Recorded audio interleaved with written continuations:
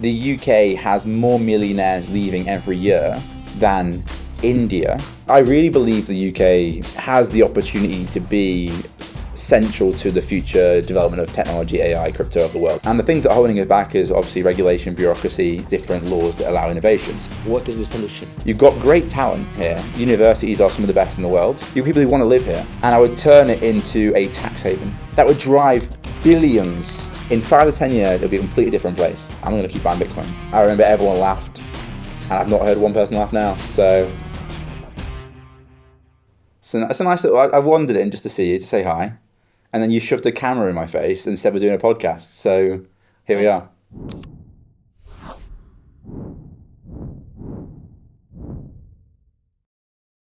I would say it's your fault. Okay. Because you encourage all of this. It is interesting how you tell me, like, you should build up a studio, you should do this. And I was like, nobody gonna need a podcast in Lincoln. Yeah, but the thing is, so Lincoln for me, I've thought this, is like, it's just slightly behind the times. So I've always thought you can literally go to major cities, whether that be somewhere like Dubai or LA or even Manchester, London, Birmingham, whatever, see what's working in these places, and then just pick it up and paste it in Lincoln. Like if you look at all the new restaurants that have come to the city, they've been copy and pasted from Nottingham. And I see that as like a distinct thing that Lincoln business owners can do, is they can just see what's working elsewhere and know that Lincoln will probably want it in 2 years' time. So this is why I was so bullish on you doing this. It's like, it was obvious to me that, you know, if I'm in Dubai and I want a podcast studio, I'm waiting 2 weeks for the podcast studio, which indicates to me that there will be a future demand for places like Lincoln to have podcast studios. Yeah. So it was kind of obvious. That's why I was so direct when I said it. Well, so far we not really get many podcasts here, but we will. But I didn't know about it until like 3 days ago or something. Oh, yeah. Which means most people wouldn't have known about it till 3 days ago. Yeah, well, this happened when you not advertise it and not telling anyone that you actually have it. So I'm not surprised about that. But I think you could get to like an interesting place where, if you could do like discounted rates. Yep. But then at the end of every show or at the end of everything, it's like very much like this was filmed at such and such studio. Which would be like an interesting way of like creating like perpetual demand, because then the more you get, the more you create, and it's basically like a free advertising cycle. Because the hardest thing with launching any business is the marketing, right? It's about getting in the market, making people understand what's happening in the space. And so with this, you basically can do 2 tiers. You can have one tiered system, which is you pay for the studio, you get the studio. You can have one that's like you pay for this at a reduced rate, but we are part of the marketing collateral. Yeah. Which is interesting, because then, you know, anyone who wants to reduce the rates, they get a preferable rate, but then your marketing is technically free. Yeah. And that will then bleed out, because the more you then have, you know, you're basically feeding out into the world of marketing. So yeah, that's what I want to make, like, support more young generation. I think with the studio, with opportunity, basically to give them chance to try to be creators. For example, you don't know how to film, you don't know where to start, and you don't know where to go. Like, we will be here to support you, to help you with what you want to talk about, what you want to do, how you want to film, what we can offer you, and potentially in future, depends, like, you can be independent. Maybe you will be part of our small network where we can support you, where we can help you with basically everything. Even you, for example, you get strike on YouTube, we can like go fight for you. Or you need guests, for example, for your podcast or for your show. And we will have like this little network of people. There was a guy that created a football community for Stoke City, which is where I'm from and I support. And he created it. It was called the Bear Pit. And it was basically all about like Stoke City Football Club. And he was really behind this community. Anyway, he then pivoted out from this and created a studio. But the studio would own the rights to the podcast as well. Yeah. So you'd get free access to the studio, free editing for the studio, but he would own a percentage of the royalties of the actual show itself. Yeah. So there's also that route you can go down, where if you believe that someone comes in, they have a good idea for a show, or that you believe they're quite good and interesting and they can go somewhere, why not offer it for free or at a substantially reduced rate, but then say, look, we want 20%, 30%, whatever it is, of the advertising royalty, and then you can do things like that. You can brand it for them. You can, so there's lots of different ways. You can either be just a studio, you walk in, you get your podcast, you leave. You could get one where you give them reduced rates and support them, or you could become an actual studio where you own parts of the shows. And I don't see any of that in this part of the country. So, and there are some really big YouTubers actually in this region, in the East Midlands, that probably could create their own podcast, don't have the time, that you could probably reach out to and say, look, we want to build an actual studio for you. I mean, you probably have to invest a bit of cash, but you could easily own the rights to their podcast, or 30% of the rights to their podcast, which could become something. So I think that's what I would look at if it was me. Is I would now almost pivot to be like, oh, we've got the studio. We get people to use the studio. We try to find the next trend of influencers. But actually, is there a way we can become like basically a talent agency for these YouTubers or influencers that haven't actually got a podcast yet, that will want a podcast in the future? And you can see with there's a few different people. Obviously, Steve Bartlett's got a podcast and a live show. There's one called, is it The Girls' Bathroom or something? They've got a podcast and they've also got a live show. So with a podcast now, you are getting the attention, the awareness of the audience. You are building a brand, but you also can pull that podcast now out and put it in the real world. Live shows are a real thing now. You also have people creating real brands. Not just doing like drinking a can of Pepsi and getting the sale. Like they're actually making the next Pepsi. Yeah. So you actually can be in a really strong position if you looked at this not just as a studio, but as a production house. Yeah. And I think you could look at it two ways. You could basically go, here we're a studio, we're also a production house. Production house is going to be on the big dice roll. And that's how me and Brad, we've always run our companies in two different ways. One's a cash cow, one's a lottery ticket. The cash cow is there to pay for the overheads, make sure we can live, not stress. That's your studio. The lottery win is your talent house. Yeah. Maybe you got to do 10 of these, maybe one worked, congratulations, but you had to roll the dice 10 times and wait for the win. So I think there's two nice paths you could create here, which will be really kind of good plays. Cover your costs for the studio, but also go for the talent house. Do I charge them for a studio, or it should be included? Think big, right? Think big. So there's a guy in Newark, I think, called Mars Bars or something. I can't remember. I only know him because I spoke to him years back, and he was one of the biggest YouTubers in this region. I think he lived in like Newark or somewhere. Yeah. So I don't know if he has a podcast. I wouldn't know. I don't know him well enough to know that. But someone like him, he's in the region. He's got 1 million followers, right? Yeah. Let's say he hasn't got a podcast. Yeah. Doesn't want to think about a podcast. Just wants to walk into a room, sit down. He wants to have the sponsorship deals done for him. Yeah. He wants to have the creative done for him. He wants to have the guests lined up, ready to go. He just wants to walk in and sit down. So in that case, you are the complete talent manager, show, everything. He just walks in and sits down. You don't charge him for that because you're making a gamble. You've gone the lottery ticket. Yeah. These are my 5 numbers. I think this guy can make it, and I think I can add value to his life. I'm now rolling a dice. So I wouldn't charge people like that. I would go for the gamble that these people have got 1 million followers and I can make them a show. But it's very hard to get attention of the bigger guys. Well, yeah, but you got to start somewhere, right? I mean, like everything's hard until it's easy. So you got to go through your network. Like think about the people that that have these connections. We already know a few people that could do that.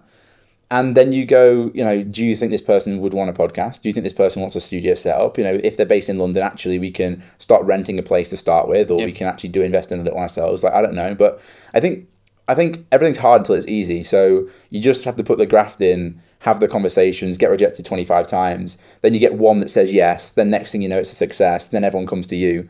It's like Scooter Braun. So who was Scooter Braun before Justin Bieber? He was nobody. But he found Justin Bieber, then he got everybody, right? It was hard till it was easy. Yeah. So I think the same principle goes with many parts of businesses. It's always hard till it's easy, and you just need one person to be a success, and then people come to you because you're the guy that made them a success. And you can see that across all careers. You can see that from boxing promoters, from talent agents. Yeah. Everything's hard till it's easy. Do you know how social media is changing? Influencers, key opinion leaders, brands, individuals is always going to be the driver of everything. Yeah. I think this has been obvious for the last decade. I think where it will change, and I've been looking at some investments myself in this avenue, which is AI is going to get so good over the next 5 to 10 years that the influencers you actually follow won't even be real. These will be influencers that have been created by AI. The YouTube video you're watching won't even be real life. It will be a complete fake AI prescriptive world that the person you're following is just naturally in it. That person will then be having dates and going on and playing football or whatever with another person who's also AI, who's also got their own show, which is also a podcast or also a YouTube channel. So the actual way this is going to go is the influencers you follow over the next decade won't even be real people. They'll be AIs, but you won't even know that. They'll have fake lives, fake personas, fake friends that are also AIs. You'll have shows that you watch that is also AI generated. The Instagram accounts you follow will also be AI. And it will be following a narrative. And there'll be big talent houses whose whole job is to create these massive portfolios of influencers that they own. And they'll start being like, okay, cool, let's create AI that focuses on horse riding. And it's the horse riding AI influencer that's going to start dating the rugby player influencer, so we cross-pollinate those audiences. So now rather than someone, let's say Tommy Fury and Molly May being real people that have their own brands, they're actually supposed to be fake, controlled by one talent house influencer agency that has control of everything. They'll make their own brands. This is the way the world's going to go. So if you can predict that that's where it's going to go in 5 to 10 years, which I think it 100% will, you basically have a 5 to 10 year window to build your own brand before there is no chance that you can do it anymore. Because it's going to be completely controlled by these AIs. And these people will be pushing out 1,000, 10,000, 20,000 AI influencers every single month on the idea the lottery ticket win comes in and their one person becomes as big as Molly May and is just a fake AI influencer. I think we're going to see this at a grand scale we've never seen before. So I think all this influencer stuff is going to matter hugely. And if you're looking at how to build anything these days, it's always been about influencers, key opinion leaders and brands. I think, would I rather be the biggest video editing influencer in the world or have Google ads? Well, it's obvious to me I'd rather be the biggest video editor influencer. So I think this is what people are now realizing, is that if you build your brand once and you put enough money behind it to get the traction, it pays you forever. If you go to Google ads, you pay for it every day. And I think that's the fact people are starting to learn now, which is, if I double down on this influencer thing, I have a podcast and I invest in the right technologies, or I partner with the right people like yourself, that makes my life 10 times easier. And I don't have to think about what's happening, because I walk in, I sit down, I talk to a camera and I leave. Then we will make the AI from you and we don't need to. Yeah, and then I say 150 words and I give you my prompts of how I'd respond to most questions. You ask me 25 questions, now you know my opinion, and I don't even have to walk in anymore. These things will happen. Like, it's obvious these things are going to happen. Like, if anyone who uses ChatGPT now knows that it pretty much has your tone of voice now. It pretty much understands the world you're living in. And you just have to say, now do this for me. And it does it exactly in your persona. I think it's frightening and exciting at the same time. I don't think we should be stifling this innovation, but I think people should be aware of what's happening. Oh, I think the influencers, entrepreneurs, they shouldn't be worried too much, because that will be another tool. And if you think like how many people don't use ChatGPT now, this is like surprisingly how much of them. In your story, I think the only thing we need is AI audience. Well, let them watch each other. Yeah, I mean, there's a whole thesis. There's a whole thesis on like, are most views even real? Is it like theory of dead internet? Yeah, the theory of dead internet, which is all the views are just bots looking at bots. But I don't think we're there yet. But yeah, dead internet is an interesting theory. Look, the way I see I see the world going in many different ways. I think I've been very open with saying that I don't believe most of the populace really understand what's happening in the world. I don't think they understand what's happening in the world from a political perspective, from a money and financial perspective, from a business perspective, from anything perspective. I think most people actually in the world just get up in the morning, they maybe walk their dog, they go to work, they come home, they watch Netflix, and they go to bed. And they don't actually look outside of what's actually happening. I was speaking to one of my friends the other day who's got a mortgage, and she's double paying her mortgage every month. So I don't know, let's just say rather than paying 1,000 a month, she's paying 2,000 a month. And she's on 3% interest rate. And she's been paying this for the last, 10 years. And she's like, I've only got 8 years left on my mortgage. And I'm like, well, you do realize that's like the cheapest money right now in the world at 3% or whatever it is. So like, you're actually paying the bank off at a rate better than what they're giving it out at. It's just like stupid. Like, so when I explain it to about like, how money works and like how the Nasdaq's gone at 12.4% every year, pretty much guaranteed as an average of the last 25 years, or whatever it is, you just see her eyes just like glow, that actually she's been sold a scam that paying your house down with a 3% interest rate is a good idea. And now she's actually realized that that's the biggest scam that's happening in the 21st century. 3% is a pretty good rate. 3% is a very good rate in a world that is probably inflating at 5%. And in a world where the Nasdaq's going up at 12.4%, you'd be much better off not paying your house down early and putting it in the Nasdaq. Like literally you'd 4x your money. And then I did a compound growth calculator for her, and she realized that basically she'd have made something like $1.2 million of not paying it. Do you know what I mean? Of not paying it off because of compound and whatever. So my point is, I don't know how we got into it, but the point is there's so many minor things that people just don't understand because they just do what they've always been told. And we have a generation now which has been raised by boomers teaching millennials how to live a life in a millennial world. So like the way boomers made their money, the way boomers lived their lives is not the same as the way that a millennial will get by. Like a boomer made their money in the property market. They bought their house for $20,000. It's now worth, I don't know, $300,000. And that was the way to roll. Nowadays, that's not the same principle. And I think we're going to see an unwinding in this over the next 10 to 20 years. But you can't play the boomer game in a millennial and Gen Z world. And that's the problem with our whole educational system and how we've been taught and everything, has been we've learned the boomer model in the millennial and Gen Z world.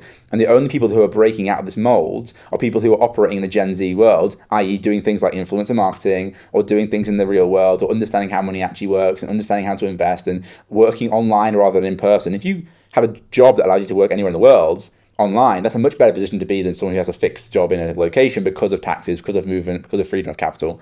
So these are all things that I've noticed over the last kind of 3 or 4 years, which is the biggest problem we actually have. And it rolls into what we're speaking about there, is people just don't really understand the world. I think the other problem is universities are, it's taking too long to bring the actual knowledge to the students.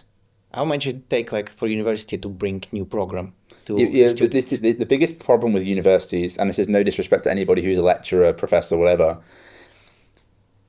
is, I'm trying to say this in a nice way. If you are very, very good at what you do, the free market will pay you.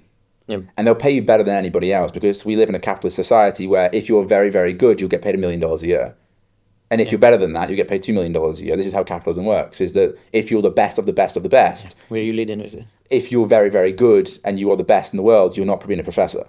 You're not being a lecturer. You're not educating the next populace. This is just a reality of life, because the pay ratio just is going to favour you not being there. It's going to favour you being the CEO of Ford. It's a little rude, but it's true. I mean, this is the facts of the society. My main point here is, because of that, the individuals that are teaching our next generation haven't actually operated in this society that we are currently operating in. So maybe they were an old marketing manager that is now a marketing lecturer. So now they're teaching the marketing activities when they were a marketing manager, which was, 10 years ago, 15 years ago. They aren't doing it in the current era that is currently happening today. So the educational system is always behind the times, because the people that are actually educating these people haven't actually operated today. They operated maybe 10 years ago, 15 years ago, 20 years ago. So they're constantly just not operating with the realities of what's happening today. So all they have is theories to go off. So theory, so you're teaching a whole populace on theory, not on realities. And there's a huge difference between theories and realities. And the only way you can really figure that out is by doing. And unfortunately, there's not much doing happening when you're in a classroom for 4 times a week for the last 10 years. So how to solve it? What is the solution? I don't know. Yeah. I actually think that we have to look at the wider picture and say, are there certain professions that actually are net negative to go to university for? Like, are you? So let's just say you'll be gone in the next 5-10 years. No, what I mean is, like, let's just say marketing. I did a marketing degree. So, am I better going to a university for 3 years and studying marketing, or am I better going into a marketing agency for 3 years? If they will hire you. But well, I'm currently paying for the university, so I'm sure I can net out. Is my point. So if you're looking at progressing your career on a 3-year horizon, I don't know what the fees are today, but let's say it's £9,000 a year for British people. Yeah, for British people university. Then you've got, I don't know, let's just say 10,000 for accommodation, whatever. So and it's in Lincoln. Yeah, let's just say you're in for 20 grand a year. We're not talking about like Nottingham or London universities. Yeah, I don't know the ins and outs. So let's just say it's 20 grand a year to go to university. I don't actually know the number. So over a 3-year period, that's £60,000 you've paid for a loan. So is it better for me to pay £60,000 to go to university for 3 years and get a marketing degree? Or is it better for me to work for free for 3 years, for example, for 3 years and work in a marketing agency and learn it more? I don't know, is the answer. I think I probably would lean to actually it's probably better working in the marketing agency. Depends that for university you can get student loan for working in marketing for 3 years for free. You can't.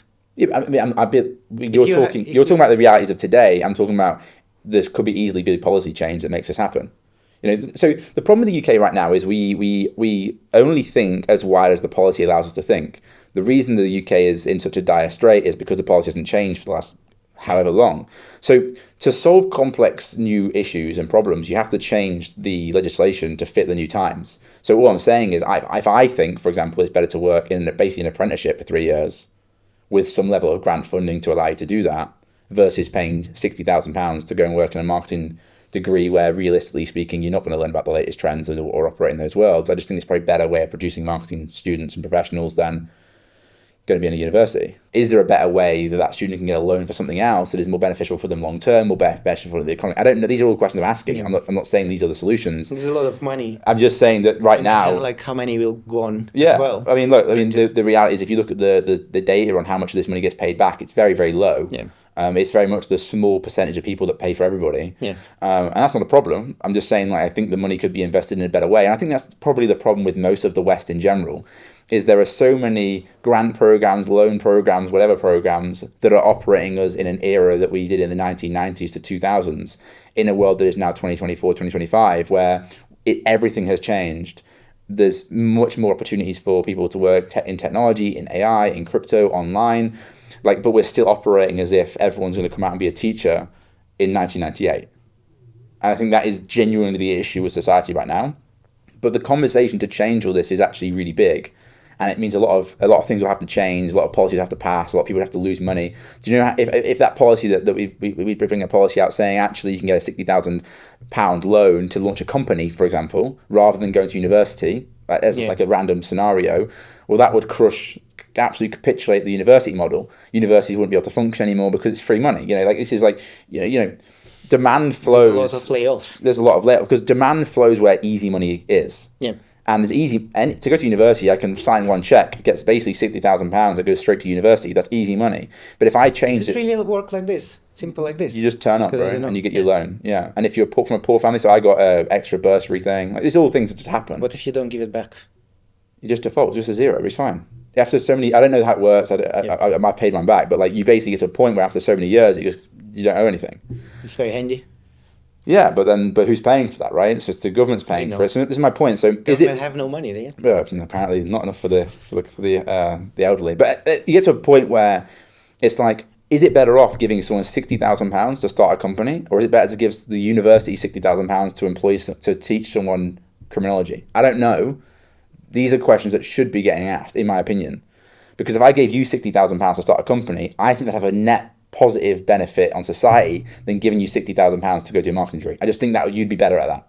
Then basically university. Correct. I think that'd be better. I think you getting £60,000 to start a company versus £60,000 to go and do a marketing degree, I think you would be more net beneficial for society in the UK to do that. You'd employ people. The economic multiplier effect would be much higher, and you're creating new businesses. You've got this. I'm not saying we should just give out £60,000. I'm not saying that for a second. I think that of course there should be SIVs. Of course, but why is it so easy to take money out to give to a university, but so hard to get a bank loan to start a company?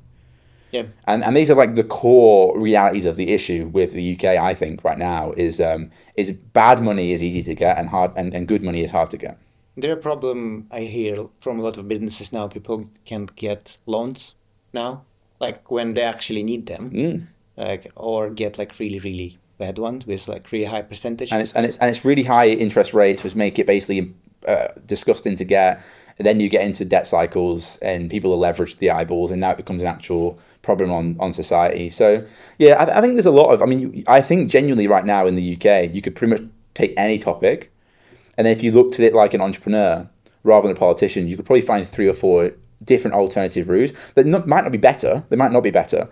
But the point is, everything needs to be looked at on a deep level. Daniel Priestley did a really good video, maybe like 3 or 4 months ago, that was very much like the only way to save the UK at this point is to have entrepreneurs come in and look at things in a unique way.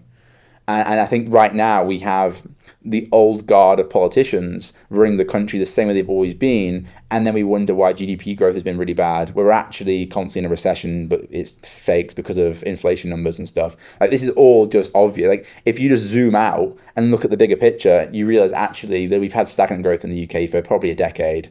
And there's really no way of turning this around until you start looking kind of entrepreneurial and innovative ways and doing stuff in unique ways. So I think things like the university actually needs to look at, apprenticeships needs to be looked at, how we borrow money, how we start companies, where we get talent from, do we work online, are there some tax schemes you can bring in to get wealth back into the UK? Because all we see now is, it's something like the UK has more millionaires leaving every year than India, I think it is, and we are 6% of their population size, or something like that. We're second in the world for millionaires leaving. How many of them not come like with millions to Britain before? That's what I mean. Well, I don't know. I mean, these are all, but in reality, but yeah, that doesn't even matter. What you mean, yeah. It doesn't even matter because I don't care if you're from Hong Kong moving to the UK. If you're leaving, that's a problem. It doesn't matter if you came to leave. But some people looking for like being, let's call it like business nomads. They move in company from wherever conditions better. Then there are a group of people who live like yourself, live in Britain all your life, and then you decide no, I don't want to be here anymore. And it's not because like you don't like weather, basically. This is probably much deeper reasons than this. And this is the loss. In 2024, 9,500 millionaires have left the UK. 4,300 have left India, and 15,200 left China, right? But the statistic is, for context, the UK's population is 4.79% of that of China and 4.69% of India. So, like, as a comparison, we are so far high. Like, if we were basically the size of China, we would have 20 times more people leaving. You know, like, this is like absolutely like insanity.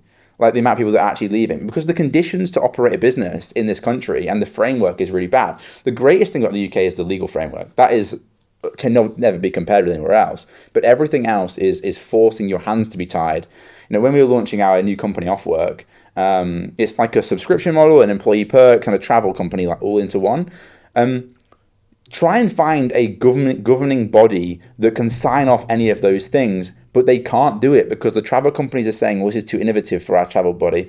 The employee perk is saying this is more travel than it is an employee perk. So because you've actually done some level of innovation, the whole system just falls over and goes, oh, well, I can't insure this because of this and this and that and that. So you've then got to go, right, I've got to spend 20 grand on lawyers to create an argument, to put forward, to get insurance, to make everyone happy. Because I can't operate with no insurance, I can't operate without any, you know, whatever for the people involved.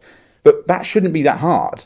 It shouldn't be so hard that because I've innovated a little bit, I've just gone, just turn the knob one little bit. They're like, oh, God, too much. This is not how we should be operating in a society that is growing so fast in a technologically advancement world. And we sit here as London being one of the tech capitals of the world, and we literally can't. We have tried to innovate just 2%. Yeah. And it's not possible. So I think we just have to have a good hard look at ourselves, understand the pitfalls that are happening, and just look at things in a unique way.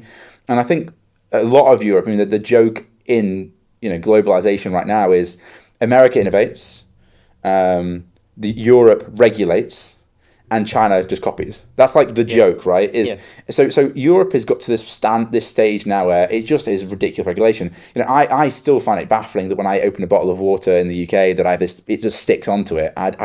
Why would anyone spend the millions of dollars of regulatory bureaucracy to get that through? R&D as well. Why? Like why? How is that net positive to anybody? You know, you can much better spend these bureaucracy time and effort and energy and voting. I mean, people forget everything has a cost. Just to talk about something in European Parliament or the House of whatever you want, put a time on everyone's salary in the room, the heating, the energy, right? Every time someone opens their mouth, it's costing you money. Yep. I say this all the time in meeting. If you're in a meeting for an hour, count people who are in the room, count their hourly salary, count everything. That's how much that meeting costs. So if you chat rubbish for 5 minutes, you've just costed us money. Yep. And people don't think this. People just, oh, it's fine. It's not fine. But nothing is fine. Same what people say, like, oh, I'm not paying any taxes. I'm not paying this. I'm not paying this. No, you do. You're paying for all the grants, all the support. Every time you hear like some startup get some funding, you pay for it. Yeah. Or you pay for it with your VAT. Every time you're buying something in the store, fill in your car. This is like, it's kind of like saying what you're talking, like people don't understand how the world operate, like how the system operate. Have you seen the NHS calculator? Yeah. It's like it's a Twitter account which basically goes for everything that comes up. It's like this costs 4 hours and 23 minutes of the NHS, and it's basically like a joke about how much the NHS is getting funded, like everything else. Look, I really believe the UK has the opportunity to be central to the future development of technology, AI, crypto of the world. I really believe the UK has everything possible. It's got the best time zone in the world. Yeah. Only people who know who've traveled and lived in different countries know it's got the best time zone in the world. It's incredible. It's right in the middle. You've got America time zone, you've got Hong Kong time zone, China is right in the middle of the time zone. It's perfect. So you've got the best time zone in the world. From like an agricultural perspective, you know, you realistically, if you set it right, you could build all the food you want here, have complete food security. You've got great talent here. Universities are some of the best in the world. You know, it doesn't matter how you look at it, universities are some of the best in the world. You've got people who want to live here. You know, it's one of the most diverse places in the world, so you get multiple different talents. So with all these benefits, the only thing that's holding us, we've got to look what's holding us back. And the things that are holding us back is obviously regulation, bureaucracy, and obviously different laws that allow innovation. So I think we have a really good chance of turning this around and being on the front foot. But I think we are in a position now where we have to be so dramatic in these changes make it happen. I mean, for me, I mean, one of the things I was thinking about the other month, in Dubai, it's really interesting because you will sit and have like beers with people, and you've got one guy who's from Hungary, one guy that's from America, one guy that's from China, one guy's from Russia, Ukraine, and But then it's not the British. same in London. Yeah, I mean, maybe, yeah, but normally what you have in Dubai is the I would actually say the conversations are more bigger thinking, honestly, because everyone comes from a similar ideology in terms of low tax, low like high libertarianism. It's kind of how it works. I think people would think there.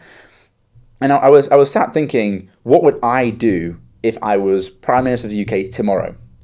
And I decided that I would take Skegness. This 100% what I Yeah. decided. I would take Skegness and I would turn it into a tax haven.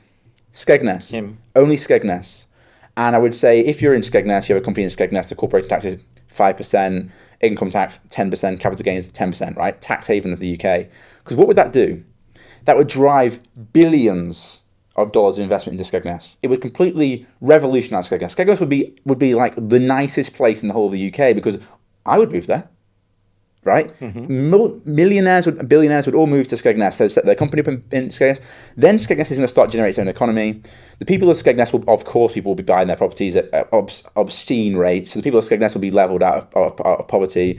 All the front seaside resorts would be innovated in. It'll be like the most golden era of all time. And then over time, you gradually increase the tax rates to Skegness and you move it to Hull or you move it to Grimsby, and you just start dropping this tax haven in random places you need to level up around the UK, because then it will drive money in there, drive innovation there, and then you have the whole place levels up. Because I'll tell you now, no amount of government money will save Skegness as it stands. It just won't.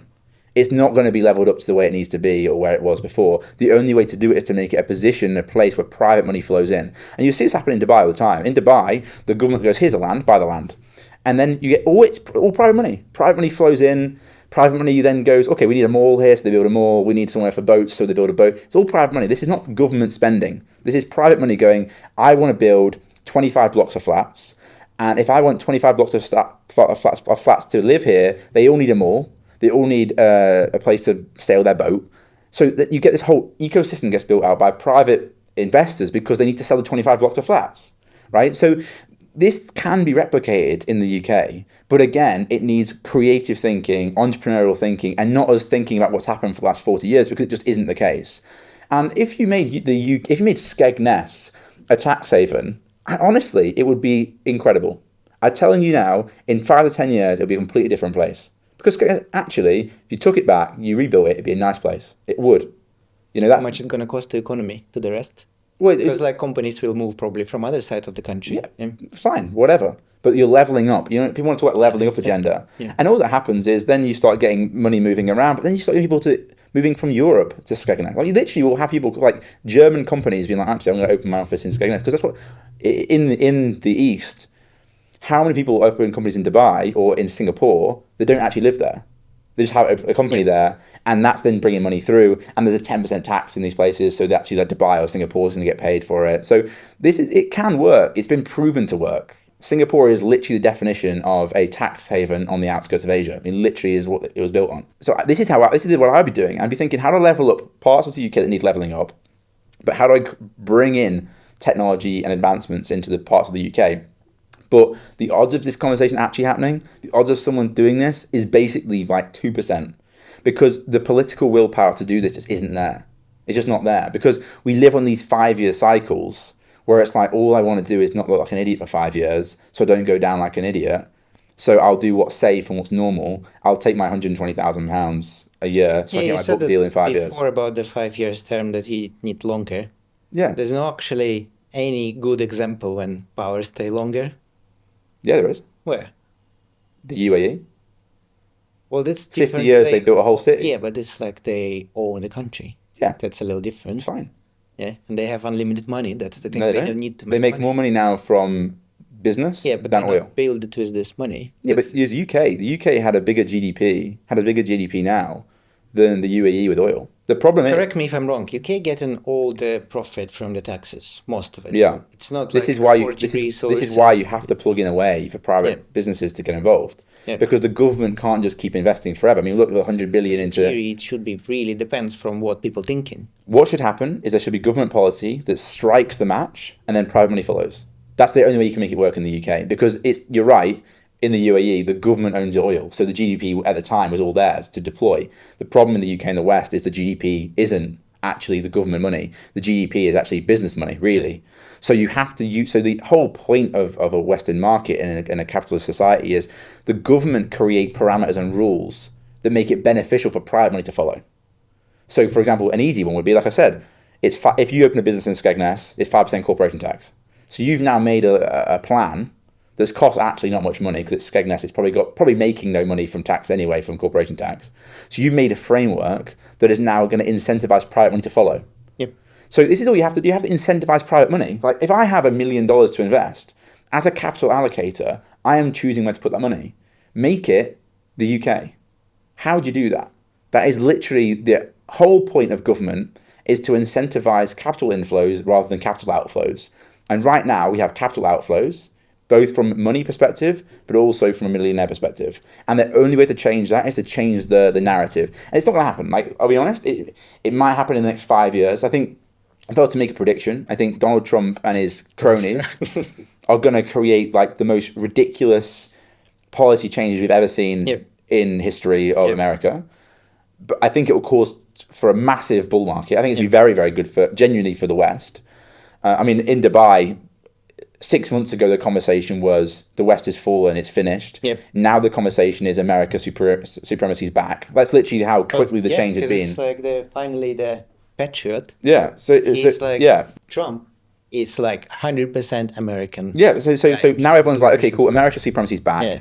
So look at what they're doing, and I think we're going to see low regulation, high libertarianism, tax savings, tariffs being brought on any of like enemy nations or whatever.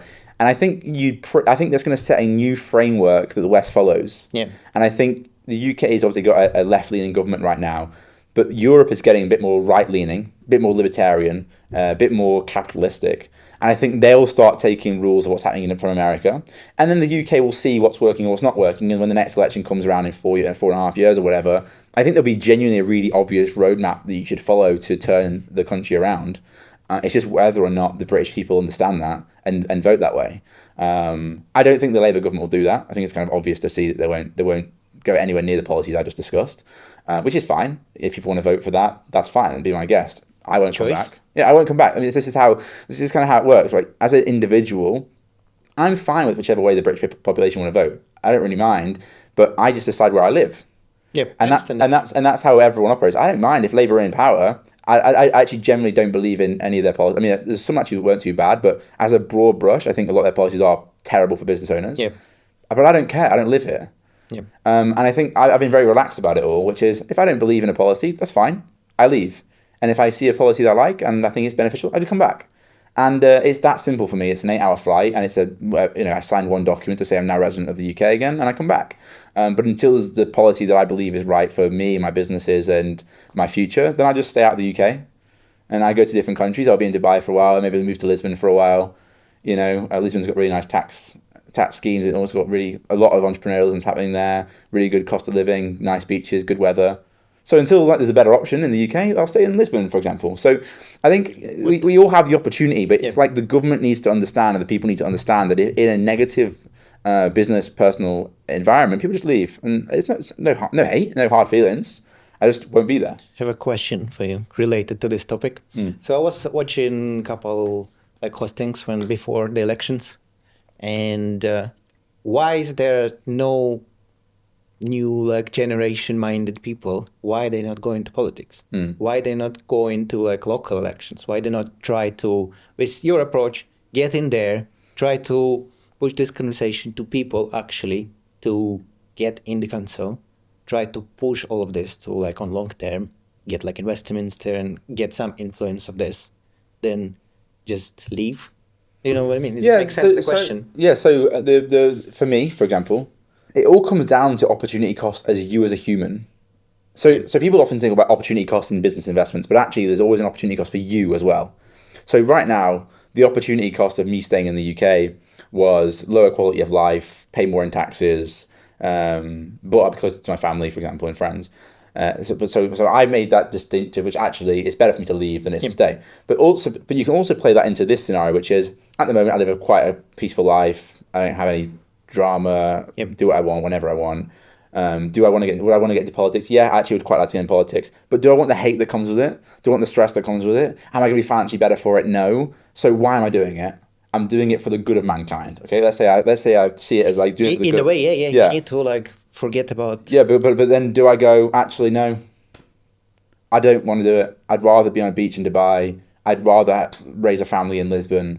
I'd rather just be like, no, I'm not bothered. And this is the problem. So how it can be changed, you think, for like how to get like younger people to, well, not to power probably, but at least. But like, the problem is the they problem don't we want, have is that the people in politics should be people who actually understand how life operates. Yeah. So actually, young people don't really understand how life operates. A 21-year-old, Fair. it's like some 21-year-old Labour MP talking about Would be more populistic taking as well, money yeah. off old people at fuel lamps. They're just stupid. Like, bro, come It's on. not gonna work like this. Yeah, so you actually don't need people in politics that are young. Yeah. You actually need people in politics who have done it before. They've built a Yeah. company. They've sold companies. They've had their parents in care homes or whatever. They've had life experiences. Like, I don't think I could go into politics right now and do a good job. I think I understand things like the economics and business. I do understand that part of life, but You'd I don't probably think. push more for corporations and lower down taxes. Correct. Which is probably. But I think as a people don't human, know I like actually it. need to have more personal experience to go into. So the problem actually is, if you look at politics, look at Labour's front bench, none of them have ever worked in the private sector. That's bad. It's just net bad. So you need to have more. There must be more diversity in politics, is what I think. But also people who've done stuff before, like actually done stuff. Like, how can you do a business budget when you've never run a company? How can you look at increasing tax when you actually understand how that affects the business? These are all things that really matter. Like, increasing national insurance. People don't see that that's terrible for companies because it's now costing you more to employ, so you don't employ as many people. Like, therefore, you can't. Your output's lower. Therefore, you've got to charge more money to the client, and it's a multiplier effect that goes. But people don't think this stuff because they've never run a company before. So it's not being, oh, we need to raise 20 billion. Just add it onto national insurance. It's just stupidity. So, yeah, the problem is that there's not enough experience in MPs, and I don't think the answer is getting young people in. I think it's getting people to actually live a life and then come through. But when you get to a point when you're 55 years old and you've already made your money and you've got to relax and you want to retire, like, why? Yeah. Why would I want to go and get a milkshake thrown over me, or why would I want to get spat in the street, or why would I want someone to shout at me for wanting to lower taxes? Like, why would I want to get my life in this mess? I've got a friend who is really, really intelligent guy, really understands politics, would be an incredible MP. And he said, I don't want to put my family through it. So I think it gets to a point, actually, of maybe we need more protection of MPs so they actually can represent their constituency without the worry of, someone in the street shouting at them and spitting on them. I don't know how this works, right? I don't know the answer to the question. But I just think the net upside of being an MP is just like you're literally doing it for the love of the country. But I think we've had patriotism in this country is at an all-time low because of the policies that's been happening over the last 20 years. I think there's an obvious thing. Like, when I think there was a poll that said, if there was a war tomorrow in the UK, would you fight? And everyone was like, no. What do you expect when you've been pushed into a corner and told you can't be patriotic, you can't wave a flag, all this stuff? Like, I go to UAE, the UAE flag's everywhere. Come to the UK, there's not even one Union Jack. There's no patriot. So you get to a point Been where in Turkey recently. Yeah. For me, Turkey, especially Istanbul, is surprising. Like how the buildings are. You saw like in the condition of the buildings. Yeah. It's everything look like it fallen apart. Necessarily that's the way it is, but it looked like this. Every house have flags everywhere. The net problem is there's probably no patriotism anymore in the UK. People actually aren't really proud to be British, which is deeply sad. I mean, I'm really proud to be British, to be honest with you. And if I was back in the UK, I'd have a flag. But the problem is that that's actually frowned upon. Like, people would be like, "That's crazy. Why have you got a flag outside?" Yeah, it's wild to me. And like in the UAE, like, you fly the UAE flag or no flag. You can't fly a British flag in the UAE. Like, it makes sense to me. It makes sense to me. Like, you're in the UAE, respect the UAE. So I think there's just lots of like little things that have now become a big thing in the UK. And this is why I think there should be such radical policy change, and it's something that inspires the generation. I don't think we have any inspiration in this country. A really good example is Steve Bartlett. So Steve Bartlett, Diary of a CEO podcast. This kid came from nothing. So I knew Steve when he started his company. Came from nothing, like literally nothing. Built Social Chain, sold it. And you can argue about how ethical his numbers are and whatever, but this is all by the by. He went from nothing to something, to being on Dragon's Den, to having the biggest business podcast. And then what happens? The BBC try and crush him. They come out, oh, Steve's been having guests on that saying bad things. So the UK has this whole policy. You take someone from nothing to something, then you crush them. This happens. Yeah. Show me an individual in the UK that has come from nothing to something that hasn't been attempted to be crushed by mainstream media. Yeah. The only person that I know who has not been nothing to something that's not been crushed yet is Ben Francis of Gymshark. Yep. And I would predict it's going to happen in the next 5 to 10 years because it always fucking happens. This is the UK. We rip patriotism and love of a country away, and then we go, well done for making it, we're going to crush you now. And it happens all the time. I see it, and I've not had the success of Steve or Ben or anyone, right? But even I saw it happen as I started making money. People started bitching about me more, and I didn't even understand why. Like, what have I ever done to you? Because people hate success in the UK, and so why would anybody ever want to make money in the UK and stay here? Yeah, one of my favorite journalists is Jeremy Clarkson from the childhood, from the Top Gear. That was basically now he's being cancelled. Yeah, and I see like following the Clarkson farm. I seen from before like everything he say, it's always like wrong. Doesn't matter what he do, wrong. The only reason he hasn't been fully crushed is because the Clarkson farm is so popular. Yeah. Everyone loves the Clarkson farm, but the media are just trying so hard to cancel him. Yeah, like you got the farm for tax reasons, whatever. Like they're trying everything, but he's so popular to the average human in the UK that they can't cancel him. If he didn't have Clarkson's farm, he'd be cancelled.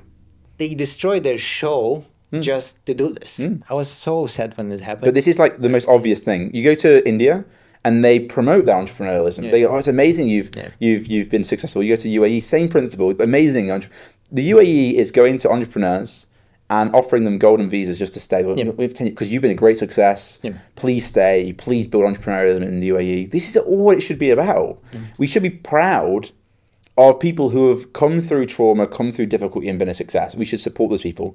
Don't let them get with anything, of course, but like, come on, like we need more people who are going to stand and grow and level up the country. And if someone is in the UK, like Steve Bartlett, who literally could move anywhere in the world right now, why are we crushing him for having a few podcast guests talking about alternative facts? And who's to tell somebody what is real or fake anymore? I just don't really believe that. Like everyone has an opinion. Everything's subjective as well. Depends from what side you're looking at. Yeah, exactly. I think everyone should be able to talk about anything. It is difficult to run a business. I think I run business in different countries before I get to UK, and I can say like even people don't say so. This time is most difficult.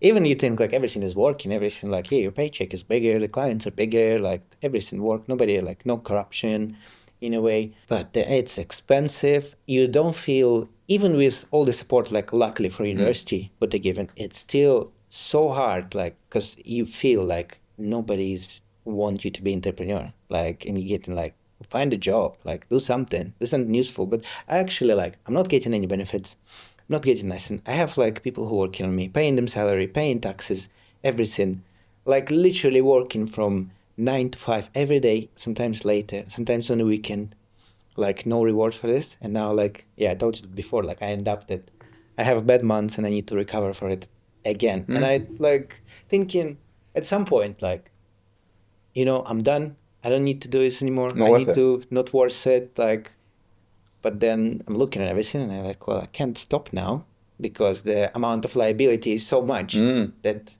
job not going to cover it. So the only way you need to keep going again. Well, you're the definition of somebody the UK should welcome. Like you've come from another country into the UK and you've brought benefit to the UK. This is how I see it. Yeah. You've employed people, you pay taxes. Business as well, so we're bringing money from outside to UK. You are the definition of what should be completely welcomed in this country, which is entrepreneurialism, bringing money from external, hiring people within the UK, paying your taxes, doing the right thing. And you're saying it's too hard. Yeah. That is wrong. I'm going to fill a form in January. It's called a D8 form in Portugal. I literally can move to Portugal for 5 months, have full access to the European Union, I fill a form in. I pay no taxes in Portugal. Do nothing in Portugal. Just literally just live and work in Portugal. Pay no taxes. Why are they? Why isn't that a possibility in the UK? Because Not question so to what's put, going to yeah. happen? I'm going to move to Portugal. I'm going to spend thousands of pounds a month in Portugal, net beneficial for to society. Probably end up paying for a few freelancers or a few locals. Be paying rent. Be paying for my water bill. Be getting coffee every single morning. Eating out every single Not day. asking anything back Want basically. nothing Yeah. back. Don't need any grant That's support or something. nothing. I'm just Nothing. turning Yeah. up. We don't even have that. That doesn't exist in Yeah. the UK. So these are like basic things. So everyone's like, oh, would you come back to the UK? Well, yeah, I'd come back to the UK, but actually I'm just going to go to Portugal instead Yeah. because I can just pay no tax, Would you have a good start a life. business if you was now like just finished uni? Would you be entrepreneur? I think if you're good enough, you'll survive. I think there's always booms and busts, Yeah. always harder times. I think it's a very hard time now. I think it'll only get harder for the next couple of years, but it's always booms and busts. And the whole thing with an entrepreneur is you ride the storm.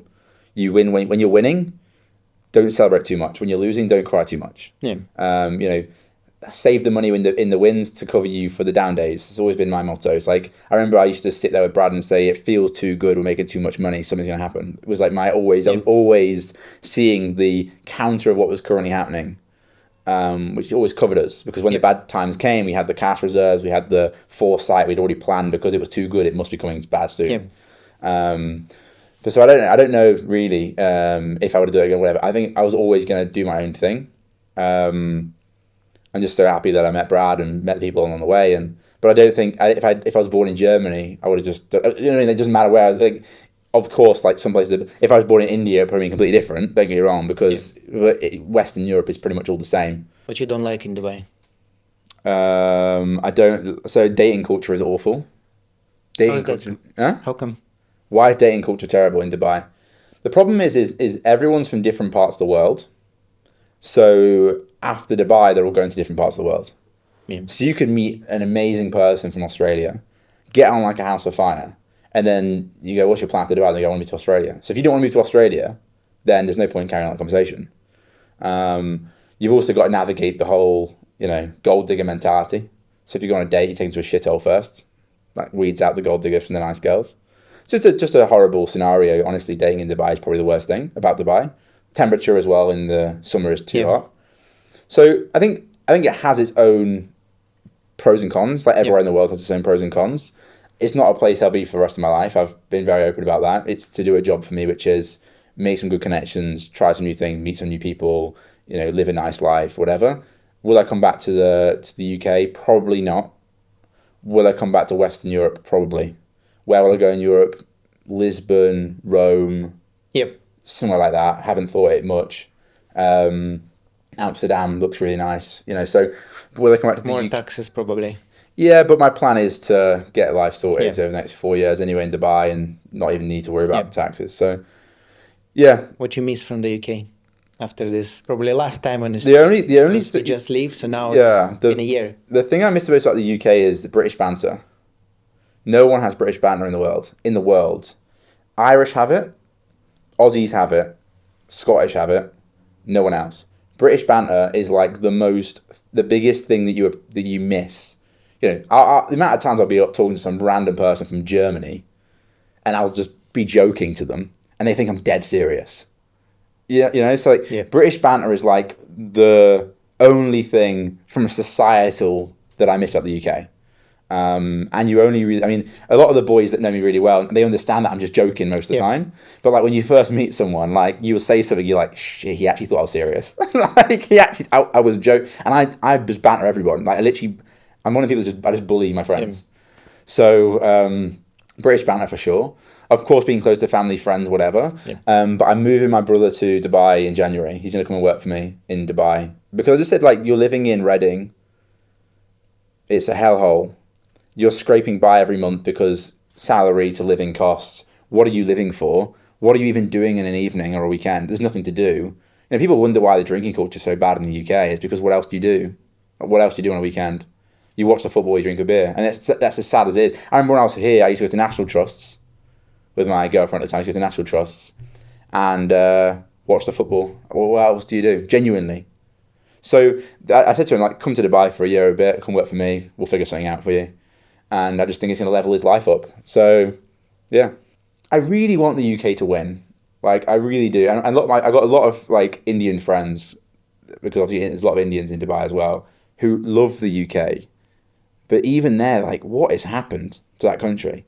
Like, the UK used to be the pinnacle of for Indians. Like, these people, oh, I love the UK because British colonies and stuff. Love the UK. Now they're like, we wouldn't even go. Genuinely. So I really hope it turns itself around. But like I said, it needs radical policy, entrepreneurial thinking, and I don't think that's going to happen anytime soon. So, but I think more and more people are going to realize that the way to win in the world today is going to be to work online, have some sort of online business of some form, whether it be a marketing agency you do online, whether it be some software, whatever, or maybe it's just working remotely. And actually, if you peel back the curtains, there's a lot more to the world than living in Nottingham. And this is this is not a dig at anybody, but like if you are upset and sad with life, change it. So I said to my brother, I was like, "How are you doing?" "I'm just all right." "I don't want you to live an all right life. I just don't want you to live an all right life." You're my brother. So quit your job, move to Dubai. You do something with me. It's fine. We'll figure something out. He's like, okay. Like, I don't want you to live an all right life. Yeah. All right life is not a life you should be living. Well, it's so really nice for him to have somebody like you. Well, yeah, but so no one left. So I said to my dad. When I did this, I said, no one gets left behind. Yeah. Like my family will never get left behind. Yeah, that's a good spirit. Yeah. Yeah. So if I think my brother's living a shitty life, I'll try and level him up, Yeah. and hopefully he can go. So he moves out in January. So like, yeah. So people need to start analyzing themselves more. Like, the reason we have such levels of sadness in the UK is because, like, yeah, you should be sad. You live a boring life. Let's break it down. Like how can no we? sun How can we? well. Not even that. Just like look. People need to look objectively at their life, and then change things. Yeah. But people don't want to look at their like I love my boys from secondary school. We're like still really close, and we've all gone down different paths. Obviously, I live in Dubai and have my own company. A few of my friends are like auditors. Some of the people are like bricklayers. Like all parts of life, all doing different things. And one of the boys is like, oh, bro, I'm not feeling great right now. And like talk to me about it. He's like, well, my mortgage is really high and I'm struggling to get by, and I can't see you boys as much anymore because we're all in different parts of the world. I was like, well, change something. Like you staying in this pit of this, you are telling me now you are sad. You are sad right now. This is one of the things you can. Yeah, so you can change it. You have to change something. Yep. Otherwise, we know where this path goes. This path goes to you having to take medication. Yep. And then you're doped, and all it's doing is masking the reality of the situation. Yep. Because so change something. I have to change something. So he's like, okay, I need to figure something out. Will he change something? I love him to bits. He probably won't. Yeah. Because this is just how the world operates. Speaking about the school, when you was in the school, do you remember what you was thinking you're going to be? I was going to be a fighter pilot. What happened with this dream? So I was at college, and I needed to get 2 A levels to go to flight school for the RAF. And I think it was like 2008, the financial crisis-ish. Yep. And they had removed all places. You couldn't apply. Yeah, so I went to so I just couldn't go. So then I started a company. Yeah. Around there, I had another company around there. I recently find the paper that I write down in the school. Everybody was doing like in last year, like write what you want to be like in 10 years. And I was opening it, and I didn't remember what I was writing. I don't even remember that we was actually doing this. And what I find there, it was, I want to be a businessman, no work on nobody. And I was looking at this like and thinking, yeah, this is now is hard time. Yeah, I'm struggling like because it's like a lot of stress, a lot of work, but I'm quite happy that I'm not betrayed my inner child. Love it. Yeah, love it. So it was generally interesting. Yeah, I want to be a fighter pilot. I thought it'd be really cool. It's probably. Yeah, but I just literally went to apply and they said, we've cut the places because of the recession. I can't remember the exact reason why. I was obviously much younger. Then I launched the company instead, called ADSA. But I guess you're happy about it. I'm genuinely really, really happy. Like I feel like in a really nice place. I just need to plan the next few chapters in life. Big one for me now is family. Like making sure that I have like a girlfriend who's seen that you're looking for a wife. Looking for a wifey.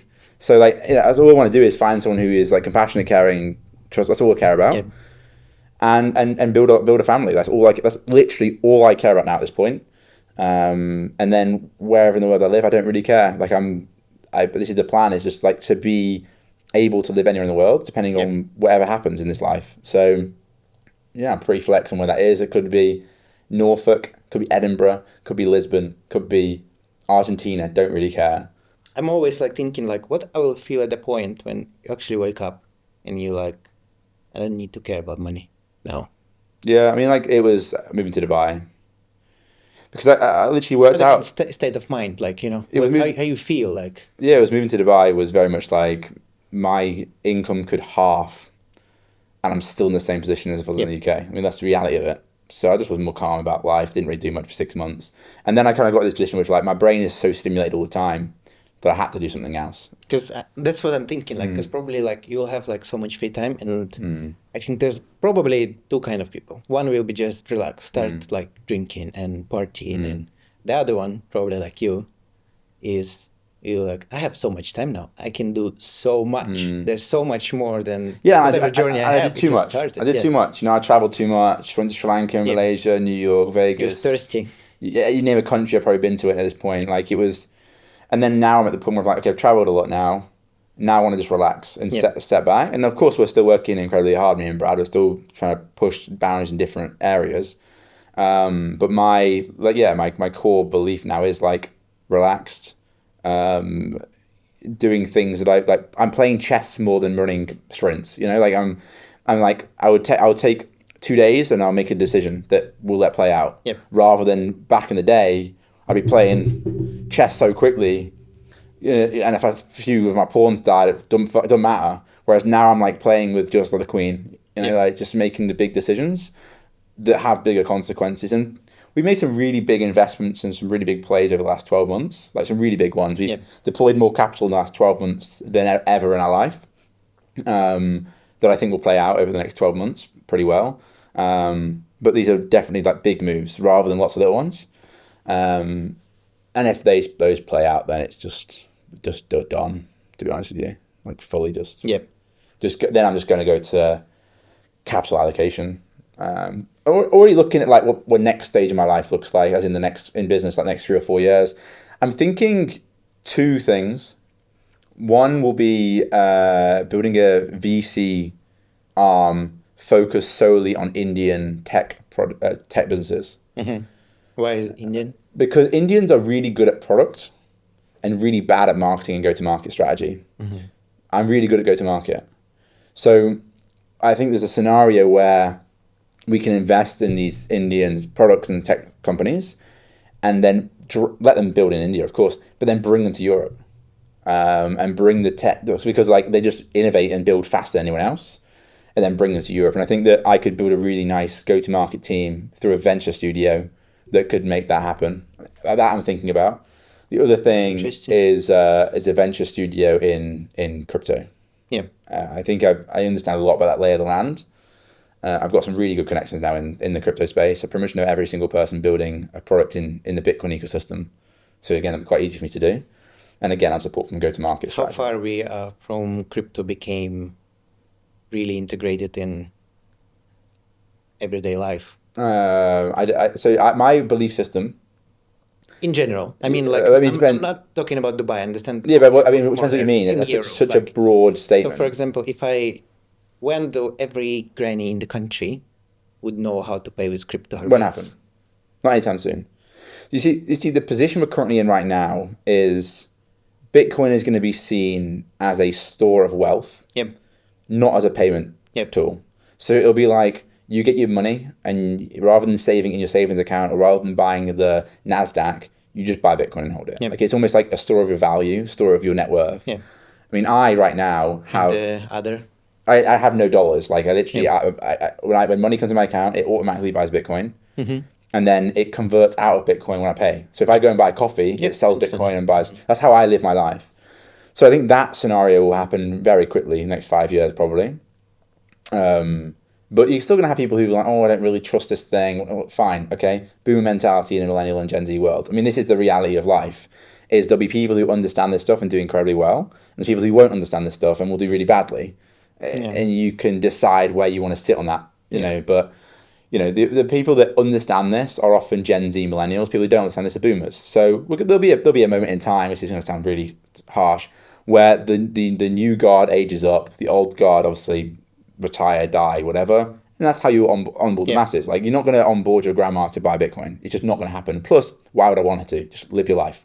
But so you're going to have this aging up, and the aging up will bring adoption anyway, because the standard 21-year-old would rather buy Bitcoin than the S&P 500.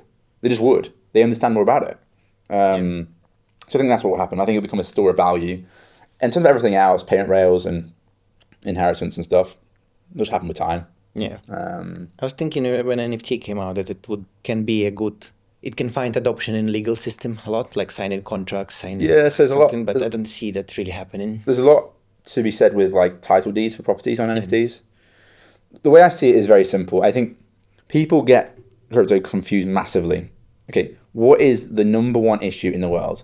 The number one issue in the world is and it doesn't matter if you have pounds or dollars, you have dollars. Dollars is a reserve currency. You work and you receive dollars, right?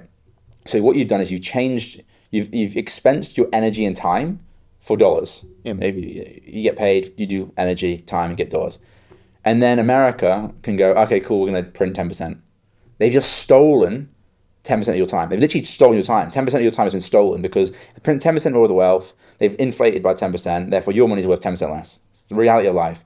So when people actually realize that their time has been stolen based on a man in a country who's not even your country is printing money, and you need to understand over COVID, it was like 40% of the dollars were printed, pretty much overnight. People will start realizing, okay, I need to take that money and put it into an asset that can't be inflated. Now, traditionally, that's always been gold. Gold has been the store of value. And then in more modern times, it was things like the NASDAQ 100 and the S&P 500. We're going to a world where it'll just be Bitcoin. People haven't really understood this yet, but I think it's starting to become more and more and more known. I even look at things like I was speaking to someone the other day about the milk, milk, right? And pasteurization of the milk. Have you looked at this before? This is literally insane. So back in the day, the reason the bill came in that you had to pasteurize milk was because any farmer could make milk and they could sell milk, right? And the reason they brought in pasteurization was because only the super rich could afford the pasteurization plants to sell milk. So they brought in a bill that said all milk has to be pasteurized. So the farmers couldn't sell direct raw milk anymore. They had to sell to the big conglomerates, which then pasteurized the milk, which then sold it to the supermarkets. So it was all a way of controlling stuff. And this is when you zoom out, every single thing in these major world governments is all about control. And it starts with money. It always starts with money. So this is why I've been so big on Bitcoin. And people listening to this think I'm crazy, whatever, and Bitcoin is a scam. I don't think anymore. Maybe not anymore. But it was a scam, whatever. I remember when I was buying Bitcoin in 2017, I have no pension, by the way. I have no pension. And my accountant said, oh, Pete, buy a pension, have a pension, you get this tax relief, whatever. And I was like, I don't know, Tim. I was like, I just really believe that one day the government will come for my pension. And he was like, I don't know. Anyway, so then I carried on going and buying more Bitcoin. He goes, Pete, you're a bit overexposed in Bitcoin. You should have a pension. I said, Tim, I really believe that this is too good to be true. They're giving me too many tax reliefs to put money in a pension that I can't touch till I'm 55 or whatever. I'm going to keep buying Bitcoin. And then everyone would laugh at me when Bitcoin pulled back and crashed. And I was like, no, I just really believe that this store of value thing makes sense. It just makes sense to me. And then now we're Bitcoin at $100,000 and no one's commented anymore. No one says anything anymore. And I truly believe in the next 10 years, they'll come for the British pensions. You think you have tax relief putting your money in that pension? I'm telling you 100%, there's not enough money in the pensions for the people that want to retire. They'll have to come for your pension. They'll have to come for it. I have no pension. I have Bitcoin. I'm not sure I'm going to live here. Why I should pay pension now, and deductions? I'm not asking ever, for the government support or something, but same time, I have to pay for it. And it's not fair a little. Well, understand what I said at the start, which is government create policies to allow capital to flow into places they want money to capital to flow into. So here's a tax saving. The company has to contribute the same amount as you. This is all to get money into pension system, which is all used to pump UK markets. It's all part of this like quote unquote scam to pump UK markets. UK markets, public markets are really bearish. I don't know why anyone would invest in the FTSE these days. It just makes absolutely no sense. It's been one of the most worst performing assets, like literally in the whole of the world. Pound is growing. Yeah, but the pound's only growing because of the dollar and stuff. If you look at everything's to the dollar, you need to remember this. Everything's to the dollar. It's not the pound growing; it's the dollar falling in some cases. But with the UK stock market, it's awful. Yeah. Who would launch who would IPO on the UK stock market? Like, who would do that?